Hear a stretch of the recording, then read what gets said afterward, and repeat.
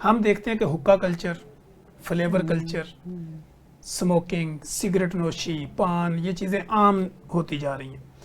کیا اس کے ایفیکٹ بچوں کے اوپر ہوتے ہیں؟ ہاں، جیسے میں ابھی ذکر کر رہی تھی کہ اسموکنگ کا تو ڈیفینیٹلی ہوتا ہے.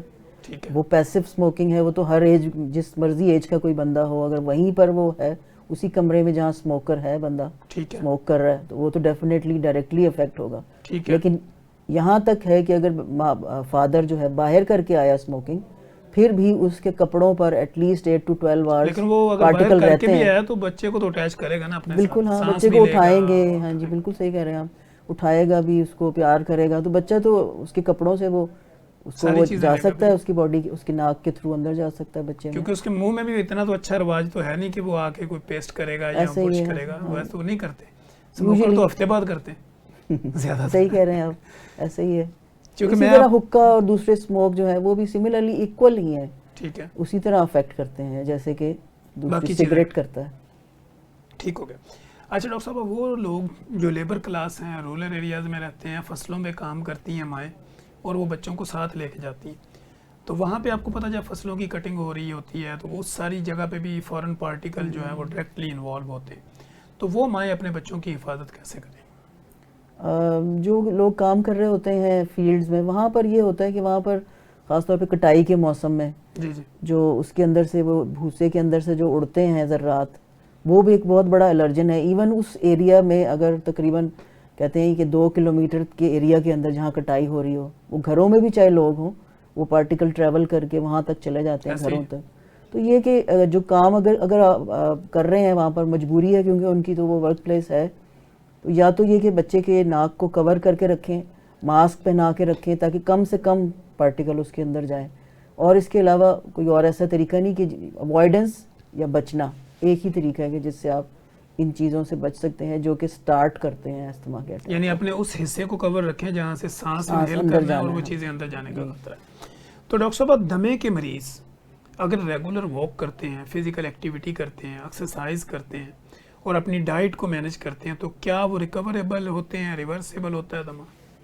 ریورسیبل تو جیسے میں نے پہلے بھی کہا کہ 100% ریورسیبل نہیں ہے. اگر میں بچوں کی بات کروں تو بچوں میں بعض اوقات تو استھما ایسا بھی ہوتا ہے، ایک ٹائپ ہے جو ایکسرسائز سے انڈیوس ہوتی ہے. ٹھیک. سٹارٹ ایکسرسائز کرنے سے ہوتی ہے، یعنی ان کا سانس پھولنا شروع ہو جاتا ہے. سانس پھولنا شروع ہو جاتا ہے. ابھی وہ جسٹ شروع ہی کرتے ہیں تو اس کے لیے ہم جیسے بچے اسکول جا رہا ہے، اسکول گوئنگ ایج میں ہے، تو ہم مدرس کو یہ سمجھاتے ہیں کہ آپ بچے کے ساتھ اس کا انہیلر بھیج دیں اور مدر جا کے اس کی جو ٹیچر کو سمجھا دیں کہ اس کو یوز کیسے کرنا ہے.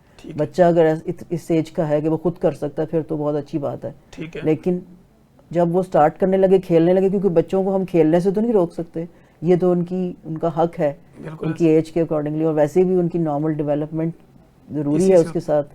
تو وہ 2 پف اگر اس انہیلر کے لے لیں، اس کے بعد اپنی کھیلنا جو ایکٹیویٹی ایکسرسائز وہ کرتے رہیں، تو اٹیک نہیں ہوگا ان کو، موسٹ لائکلی اٹیک نہیں ہوگا. اور واک اور دوسری ایکسرسائز کرنی بھی بہت ضروری ہے کیونکہ بچے میں آج کل ہم دیکھ رہے ہیں کہ اوبیسٹی بہت زیادہ ہو رہی ہے، کیونکہ بچے جو ہے زیادہ تر ہمارے جو جنریشن الفا کے ہیں وہ ڈائٹ ایسی کھاتے ہیں، برگرز اور پیزاز اور اس طرح کی چیزیں، تو اوبیس ہو رہے ہیں. ختم ہوتا جا رہا ہے. جی، اوبیس ہوتے جا رہے ہیں. تو جتنا بچے کا وزن زیادہ ہوگا نارمل سے، اتنا زیادہ اس کو استھما ہونے کا اور استھما کے اٹیک بار بار ہونے کا خطرہ ہے. ویٹ زیادہ ہوگا تو زیادہ اٹیکس ہوں گے. تو اس وجہ سے اس کو کنٹرول رکھنے کے لیے ضروری ہے کہ بچے واک کریں، کھیلیں، ایکسرسائز کریں، اور جو ایکٹیویٹیز ایک عام بچہ کرتا ہے اسی طرح استھما والا بچہ بھی کر سکتا ہے، صرف تھوڑی سی احتیاط کی ضرورت ہے. ٹھیک ہوگا. دوسرا ڈاکٹر صاحب، ہمارے ہاں یہاں پہ ہوم ریمیڈیز بہت زیادہ مشہور ہوتی ہیں. لوگ کہتے ہیں کہ اگر دمے کا مسئلہ ہے تو شہد پانی پلائیں، کچھ لوگ کہتے ہیں جی ادرک کا کہوہ دیں، کچھ لوگ کہتے ہیں جی کلونجی دیں، کوئی ڈفرینٹ قسم کی ایسی میتھس ہوتی ہیں.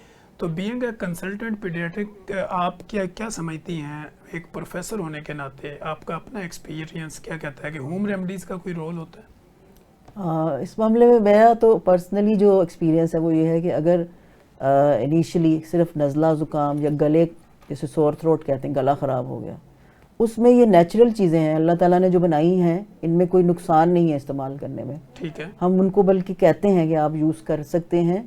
بہت چھوٹا بچہ ہے، 1 ایئر سے چھوٹا ہے، ان میں ہنی جو ہے نا، خاص طور پہ شہد، کیونکہ ہمیں پتہ نہیں کہ وہ شہد کتنا خالص ہے، وہ کہاں سے آیا ہے، اگر بازار سے خریدا ہے تو پتہ نہیں کس طرح کا ہے وہ. ان کو بہت زیادہ ذرا اوائڈ کرنے کے لیے کہتے ہیں چھوٹے بچوں کو. بڑے بچے ہیں وہ لے سکتے ہیں ہنی پانی میں ڈال کے شہد والا تھوڑا نیم گرم، بلکہ ان کو جن کو بچوں کو جس ایج میں غرارے کرنے نہیں نہ آتے تو وہ وہی افیکٹ دیتا ہے. قہوہ ہو گیا، شہد ہو گیا، اس طرح کی شہد والا پانی، یخنی، نیم گرم، اس طرح کی چیزیں تو سائنٹیفکلی ریکمینڈڈ ہیں اور فائدہ بھی دیتی ہیں اگر صرف نزلہ زکام اور کھانسی کی حد تک ہے. ہاں اگر دمہ کا اٹیک شروع ہو چکا ہے پھر ڈیفینیٹلی وہ بہت زیادہ ہیلپ نہیں کرے گا. ٹھیک ہو گیا. تو ڈاکٹر صاحب ہمارے ہاں یہ بھی لوگ سوچتے ہیں کہ دمے کا اگر کوئی مریض ہے اس کو دودھ نہیں دینا، دہی نہیں دینا، چاول نہیں دینے، تو اس میں کتنی ریالٹی ہے؟ کیا وہ یہ چیزیں کھا سکتا ہے یا بالکل نہیں کھا سکتا؟ یہ اس چیز پہ ڈیپینڈ کرتا ہے کہ وہ اس کے ساتھ دینے کے بعد پہلے کبھی انہوں نے دیا اور اس کے بعد اس کو فوراً یا کچھ دیر کے بعد اٹیک اگر ہو گیا تو اس کا مطلب ہے کہ وہ بچہ وہ الرجک ہے چاول سے یا دہی سے یا کسی اور چیز سے. لیکن اگر وہ سارے بچے جو ہوتے ہیں جب اپنی انفینسی میں ہوتے ہیں پہلے سال میں وہ تو یوز ہی دودھ کرتے ہیں، کوئی سا بھی دودھ ہو، تو اگر وہ ٹھیک ہیں دودھ ہضم کر رہے ہیں اس سے کوئی ان کو اٹیک نہیں ہو رہا، دہی بھی کھا سکتے ہیں. ہاں صرف تھوڑا سا ہم کہتے ہیں کہ جب اٹیک ہو رہا ہو تو بہت ٹھنڈا نہ دیں، اس کو روم ٹیمپریچر پہ لے آئیں، کمرے میں تھوڑی دیر کے لیے رکھ دیں، ذرا ٹھنڈا کم ہو جائے، فریج سے فوراً نکال کے نہ دے دیں، کیونکہ اس سے بھی تھوڑی بعض اوقات کچھ لوگوں کو جلدی سے نزلہ زکام شروع ہو جاتا ہے جو الرجک ہو خاص طور پر. تو منع کچھ بھی نہیں ہے، یہ متس ہیں. اگر واقعی انہوں نے دے کر پہلے دیکھا ہوا ہے اور اس کو الرجی ہوئی تھی تب منع ہے، ادروائز منع نہیں ہے بالکل بھی. ٹھیک ہے. اچھا ڈاکٹر صاحب ایک نیو بورن بیبی کو اگر ایک ماں دمے کے مریض کی مرض کو سمجھے تو کیسے سمجھے؟ اس کو کیسے پتہ چلے کہ میرے بچے کو دمے کی کوئی شکایت ہے یا نہیں ہے؟ نیو بورنز میں تو میں نے جیسے ابھی ذکر کیا تھا کہ ہم لیبل نہیں کرتے، اس کو ہم ری ایکٹیو ایئر وے ڈیزیز کہتے ہیں ٹھیک ہے. یا hyper active air way disease کہتے ہیں. لیکن یہ کہ تھوڑا بڑا اگر ہو جائے اور اس کو سانس کے لینے میں مسئلہ ہو رہا ہو یا تیز نارمل سے زیادہ سانس لے رہا ہے بچہ، اس کے گڑے پڑ رہے ہیں اس کے جو ہے پسلیوں کے درمیان میں، یا جو ہے بچہ جو ہے اس کو ساتھ ساتھ کوئی بہت زیادہ جب ہو جائے گا تو اس کے ہونٹ نیلے ہونا شروع ہو جائیں گے اور سانس میں سیٹیوں کی سی آوازیں آتی ہیں، یعنی آکسیجن کی کمی بھی ہو سکتی ہے جب بہت زیادہ ہو جائے تو. ٹھیک ہے. تو وسلنگ کی اگر ویزنگ اس کو بولتے ہیں ہم، ویز یا وسلنگ ساؤنڈ اگر آپ کو بیبی کے سانس لینے کے ساتھ آ رہی ہے تو اس کا مطلب ہے کہ اس کو سانس کی نالیوں میں رکاوٹ ہے، کیونکہ دمے میں یہی سب سے بڑا مسئلہ ہے جو اس کے پیچھے کام کر رہا ہوتا ہے کہ سانس کی نالیاں تنگ ہو جاتی ہیں. تو اسی طرح نیو بورن میں بھی اسی طرح ہے کہ اس کی بھی سانس کی نالیاں تنگ ہیں، لیکن اس صورت میں ہم اس کو ہاسپٹل فوراً ان کو لے کر جانا چاہیے تاکہ وہ بچے کو اس وقت ہو سکتا ہے آکسیجن کی ضرورت ہو یا نیبولائزیشن جس کو ہم دوائی بھاپ کے تھرو دیتے ہیں وہ بہت ضروری ہے اس ٹائم پر. تو اگر ویزنگ آ رہی ہے تو گھر میں آپ اس کو لے کے بیبی کو بیٹھے نہ رہیں، اس کو فوراً ہاسپٹل کسی بھی ہاسپٹل ایمرجنسی میں آپ لے کر جائیں. اچھا ڈاکٹر صاحب دمے کی اگر ٹائپس کی بات کریں تو یہ کتنی ٹائپس کا ہوتا ہے، کتنی کیٹیگری کا ہوتا ہے؟ اگر ہم بچوں کے پرسپیکٹو سے بات کریں تو بچوں میں جو ہے سویرٹی کے حساب سے ہوتا ہے، یعنی ان کو دیکھتے ہیں ہم کہ پوچھتے ہیں جب بچہ آتا ہے، اگر ہمیں پاس پہلی دفعہ آیا ہے، ابھی پہلی دفعہ ہی اس کو ہم نے تشخیص کی ہے جب دمے کی، تو ہم پوچھتے ہیں کہ اس کو اس سے پہلے کبھی ہوا تھا گھر میں اٹیک، کتنی دفعہ دن میں ہوا، کتنی دفعہ رات میں ہوا، اس کے مطابق ہم ڈفرینٹ کیٹیگریز میں اس کو فٹ کر دیتے ہیں.